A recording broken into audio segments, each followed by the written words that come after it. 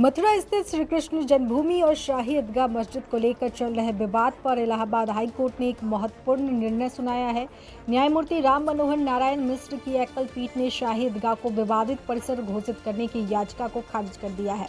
अदालत ने कहा कि उपलब्ध तथ्यों और प्रस्तुत याचिका के आधार पर वर्तमान में शाही ईदगाह मस्जिद को विवादित ढांचा घोषित नहीं किया जा सकता। हिंदू पक्ष की ओर से अधिवक्ता महेंद्र प्रताप सिंह ने 5 मार्च 2025 को याचिका दाखिल करते हुए अदालत से आग्रह किया कि शाही ईदगाह मस्जिद को एक विवादित ढांचा घोषित किया जाए। उन्होंने दावा किया कि ये मस्जिद भगवान श्री कृष्ण की जन्मभूमि पर स्थित प्राचीन मंदिर को ध्वस्त करके बनाई गई है। उन्होंने अपने दावे के समर्थन में मुगल कालीन दस्तावेजों से लेकर ब्रिटिश काल के कलेक्टर F.S. ग्राउस द्वारा लिखी गई ऐतिहासिक पुस्तकों तक का हवाला दिया। महेंद्र प्रताप सिंह ने अदालत में ये भी कहा कि न तो खसरा खनौती में मस्जिद का कोई उल्लेख है, न ही नगर निगम के रिकॉर्ड में इसका कोई प्रमाण मिलता है। मस्जिद की ओर से कोई कर भुगतान नहीं किया जा रहा और इसके विरुद्ध बिजली चोरी की रिपोर्ट तक दर्ज हो चुकी है।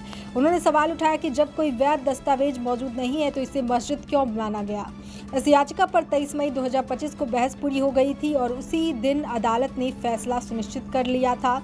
बहस के दौरान अन्य हिंदू पक्षकारों ने भी महेंद्र प्रताप सिंह की दलीलों का समर्थन किया।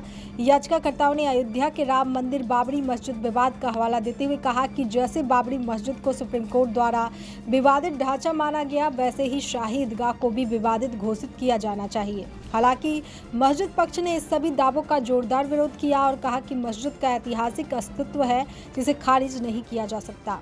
अदालत ने निर्णय सुनाते हुए कहा कि केवल ऐतिहासिक दावों या प्राचीन साहित्य का हवाला देकर शाही ईदगाह को विवादित नहीं कहा जा सकता जब तक कि ठोस प्रमाण न हो। इलाहाबाद हाईकोर्ट ने स्पष्ट किया कि केवल ऐतिहासिक दावों या अनुमान के आधार पर किसी संरचना को विवादित घोषित नहीं किया जा सकता। अदालत ने कहा कि शाही ईदगाह मस्जिद को विवादित ढांचा घोषित करने के लिए पर्याप्त कानूनी और तथ्यात्मक आधार नहीं है। इस फैसले से स्पष्ट होता है कि न्यायालय केवल ठोस प्रमाणों के आधार पर ही किसी धार्मिक स्थल को लेकर निर्णय करेगा, अनुमान या परंपराओं के आधार पर नहीं करेगा।